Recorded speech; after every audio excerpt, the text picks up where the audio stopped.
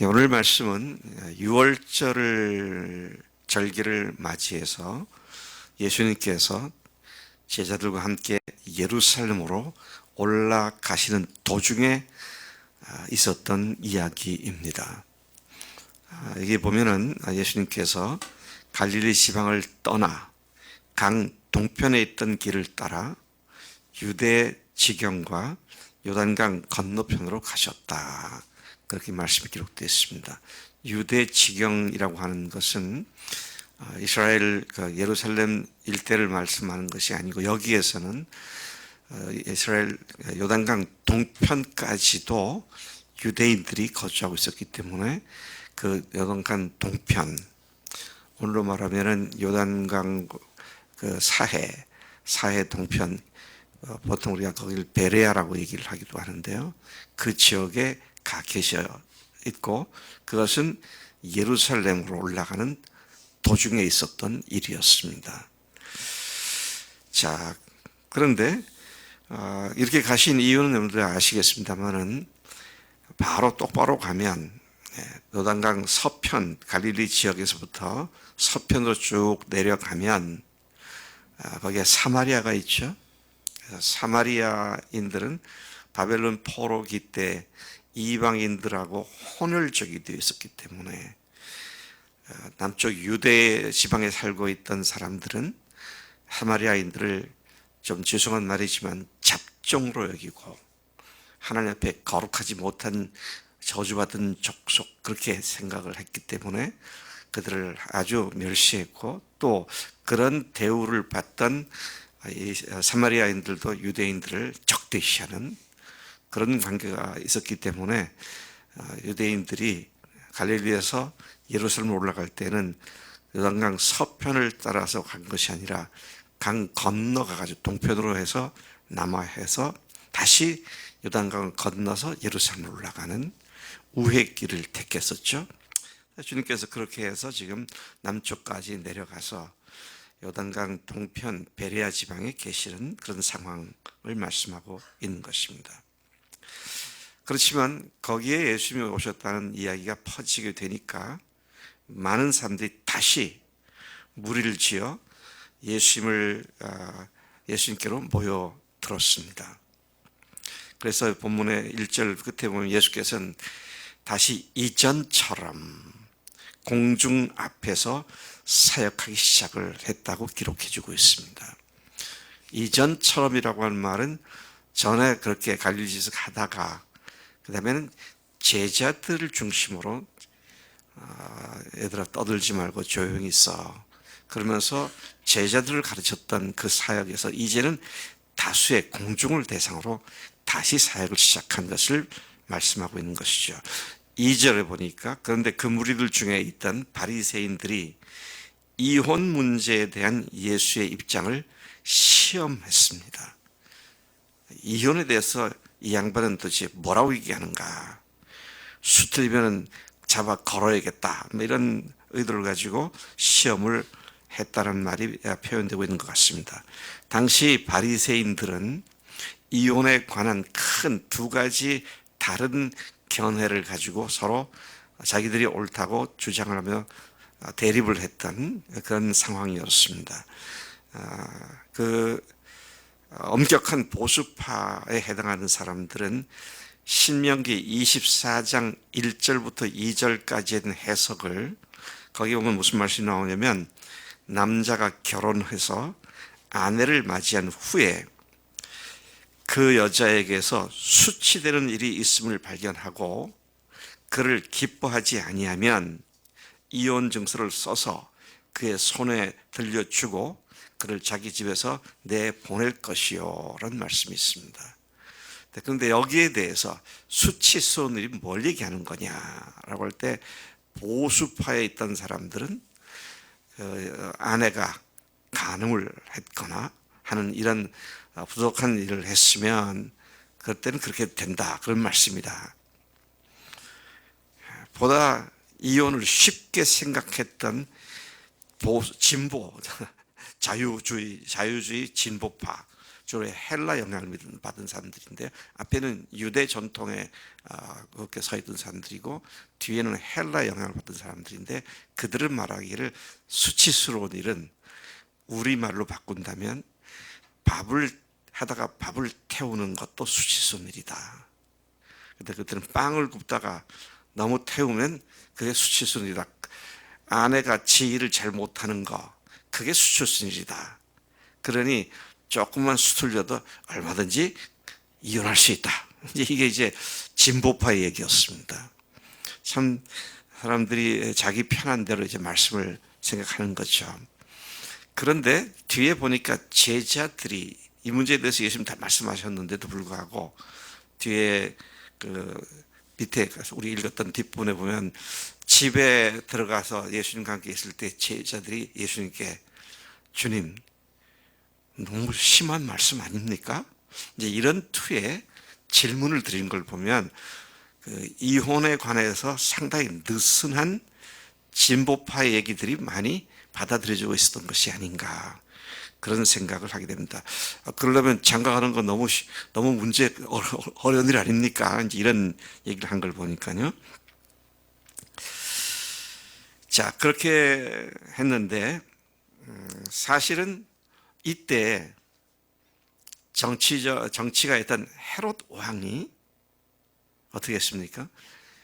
이혼을 하고 자기 제수씨하고 결혼을 한 패역한 부도덕한 일을 범죄했다라고 해서 침례 요한이 그것을 질타를 했었죠. 그래서 그걸로 말미암아 침례 요한이 죽임을 당하게 되는 결과가 되었는데, 자 이것이 이제 엄격한 사람들의 이야기잖아요. 그러니까 이혼이라고 하는 건 안 된다. 이제 이런 입장에 있는 사람들이 있었고 그걸로 말미암아 침례 요한까지 죽었는데 이 예수라는 이 양반은 어떤 입장을 갖고 있는가?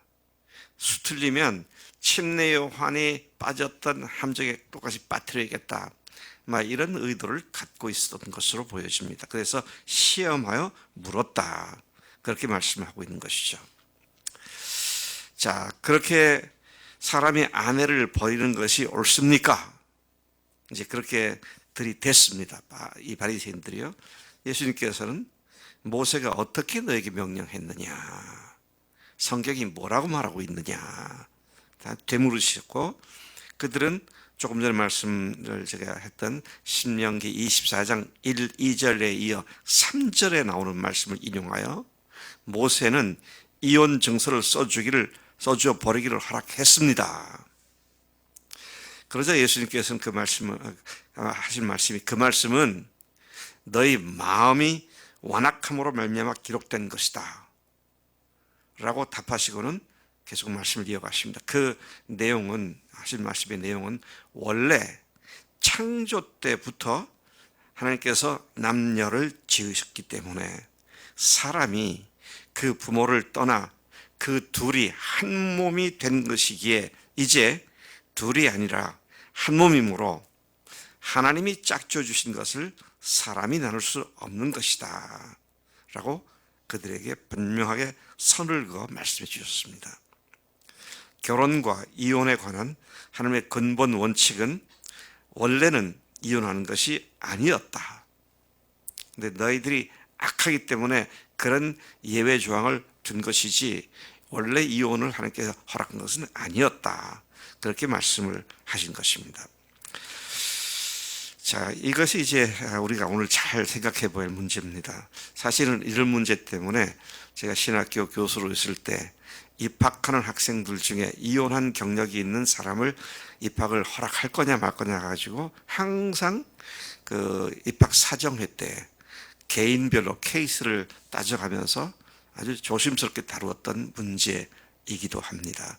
그냥 싹둑 잘라서 아니야 무조건 이혼하지 말아야 돼 이럴 수도 있겠지만 케이스별로 다 다르기 때문에 구체적인 사안을 다시 확인하고 굉장히 신경을 곤두세워서 다루었던 우리 신학교였던 것을 제가 다시 회상하게 되는 것인데요. 자, 이게 왜 이 결혼과 이혼에 관한 하나님의 근본 원칙은 이혼한 것이 아니라고 답하셨느냐? 그 이유는 하나님이 짝지어 주신 것이기 때문이다. 이혼을 자기 마음대로 하게 되면 어떻습니까? 하나님이 짝지어 주신 것을 완전히 무시해 버리는 것이고 이제 이런 문제가 되죠. 근데 여기에 이제 문제가 있습니다. 무슨 문제예요? 하나님이 짝지어 주시는지 모르고 지들이 좋아가지고 결혼하는 사람들. 아, 하나님께서 내게 주신 사람이구나 가 아니라 내 눈에 좋게 보이니까, 이쁘니까, 내 마음에 드니까. 물론 결혼은 내 마음에 드는 마음을 주셔서 사랑하는 마음을 주셨기 때문에 결혼하게 되겠죠.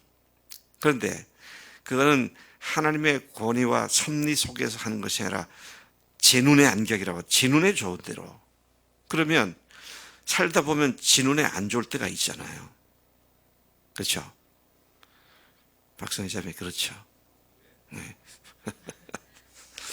그러면 지 눈에 좋아서 했으니까 지 눈에 안 좋으면 버리는 겁니다. 하나님의 주권이 전혀 개입되지가 않아요.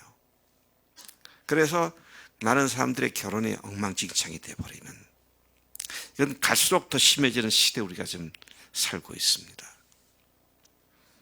전에 우리 침례신학대학은 이유 여하를 불문하고 이혼남, 이혼녀 하면 안 된다. 그런데 이제 사실상 여자나 남자가 일방적으로 어려움을 당한 그런 케이스가 있기 때문에, 그래서 이제 케이스별로 잘 살폈던 그런 기억이 있습니다만은, 핵심은 뭡니까? 주님께서 나에게 짝 주신 사람이구나, 이 사실을 확신하고 결혼하지 않으면, 결혼을 위해서 결혼 생활을 하다가도, 결혼을 한 원인이 뭐예요? 이유가 뭐예요? 두 사람이 결혼한 가장 이유, 원인이 뭐죠? 내 눈에 좋으니까, 내 마음에 드니까. 근데 아까도 얘기했지만 결혼, 연애하고 하는 건 뭐 1, 2년, 2, 3년 하다 결혼하는 거지만 결혼 생활은 남이 평생이잖아요. 어찌 마음에 들지 않을 때가 없겠으며 어찌 미울 때가 없겠느냐 그거예요. 그러면 내가 좋아서 했기 때문에 내가 싫으면 언제든지 그만둘 수 있는 겁니다. 그러면 결혼 생활이 개판이 되죠. 이 세상이 엉망진창이 되고 말 것입니다. 그래서 결혼에 관한 주님의 뜻을 잘 살피는 것, 너무도 중요한 이야기다 하는 것이죠. 그래서 여러분, 그냥 눈에 딱 드니까 아, 이 여자다 그러고는 막 대시하는 사람도 있는데, 그 대시하기 전에 이 여자다 생각해서 정말 주님 그렇습니까? 주님께 여쭙고 그분의 주권 하에 결혼해야죠. 요즘 이게요, 결혼식장을 가보면 또 심지어 나한테 주례를 부탁한 사람도 그렇고 다 지가 좋아서 해. 하나님의 권위로 예식이 이루어져서 하나님이 짝 주신 것이 예식상에서 공중 선포가 되고 그래야 되는데, 서로 이제 서약할 때도 보면은요, 참 그거 서약하는 걸 가만 들어보면 이게 무슨 애들 장난 같아. 나 너 그때 너무 좋았어. 그래서 나 너를 좋아하게 됐고 우리 평생도록 영원히 사랑하며 살자. 나 너 좋았는데 한 3년, 5년, 10년 살고 있는데 너 싫어졌어. 우리 헤어지자. 뭐 그게 쉽게 나오는 거예요. 하나님께서 원래 정하신 것은 하나님이 짝 주신 것을 사람이 나누지 못한다. 그래서 결혼 문제에 관해서는 이게 정말 하나님께서 주신 것인가, 이 사람이 맞는가. 우리 지금 우리 교회 안에서도 청년들 서로 이렇게 교제하는 사람들도 있잖아요. 교제하려고 탐색하는 사람도 있고. 근데 내 마음에 좋기 때문에라고 끝나버리면 안 됩니다. 하나님께 여쭙고 왜 하나님께서 나로 하여금 이 사람을 결혼케 하시는지도 잘 살피고, 그러면 평생 살 때 마음에 안 들어도 누가 짝지어 주셨다고? 그분이 하셨으니까 내가 마음대로 하지 못하는 거죠. 자, 그런 의미에서 이 결혼에 대한, 이혼에 대한 주님의 교훈은 영원토록 시대를 불문하고 여전히 동일한 줄로 믿습니다. 성실한 가정생활이 그 속에 귀한 다음 세대들이 또 그걸 보고 잘 성장하고 자랄 수 있기 때문에 우리의 미래가, 오늘 우리가 어떤 결혼 대상자를 하나님께로부터 짝짐을 받고 결혼 생활을 하느냐가 결정적인 요건이 되는 것이죠. 자, 이 이야기를 들은 제자들이 혼란스러웠던 것 같아요. 하나님 짝꿔주신 거 사람 나누지 못한다. 이게 원래 하나님 뜻이다. 그러니까 집에서 이에 대해 다시 여쭈었습니다. 예수님의 답은 매우 단호했습니다. 누구든지 그 아내를 버리고 다른 데에 장가드는 자는 본처에게 간음을 행하는 것이다. 아내 역시 남편을 버리고 다른 남자에게로 시집가면 간음을 행하는 것이다.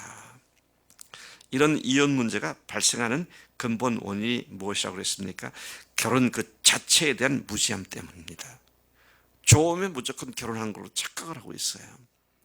주님께 여쭙고 그분의 권위와 뜻을 확인하고 그분의 뜻을 확인한 결혼이 아니라면 자기가 좋게 여겨 결혼하다 보니 자기가 좋지 않게 생각하면 얼마든지 아내나 남편을 버리는 일이 어렵지 않게 발생을 하는 것이다. 모든 것이 하나님의 절대 주권하에 있지만 특별히 결혼 문제에 관해서 원래는 하나님의 절대 주권은 그것이 아니다. 이혼하는 것이 아니다. 그렇게 말씀하신 것을 여기서 봅니다. 그러니 중요한 건 뭐예요? 하나님의 주권이 결혼을 허락한 것임을 확인하고 결혼하느냐 그렇지 않느냐 하는 것이 너무도 중요하다는 것이죠. 하나님 아버지 감사합니다. 저희들이 결혼을 하고 또 가정을 이루어서 평생을 살아가는 일에 있어서 하나님 참으로 여러 가지 일들이 많이 겹치게 되지만 그걸 하나님이 짝져 주신 것이라고 확정하고 믿고 사는 우리들이 하나님의 뜻을 거절하고 하나님의 주권을 무시해버리고 아무렇게나 결혼 생활을 난잡하게 이혼을 하고 하는 이런 것들에 대해서는 주님께서 분명한 선을 그은 것을 봅니다. 그러기에 특별히 청년들 이제 짝짓기를 하게 하시는 하나님의 뜻을 잘 분별하는 신중한 시간들을 거쳐서 주님의 주권하에 결혼하는 그런 믿음의 아름다운 가정들이 생겨나게 하시옵고 또 기왕에 주님 안에서 결혼한 우리 교인들 모두가 그 가정 생활이 천국이 되도록 하나님의 통치가 이루어지는 곳이 되도록 늘 주님께 귀를 기울이고 주님께 여쭙고 주님께 주시는 사랑으로 사랑하는 가정들 다 되도록 역사해 주실 줄로 믿습니다. 감사하고 예수님의 이름으로 기도를 쌉나이다. 아멘. 아멘.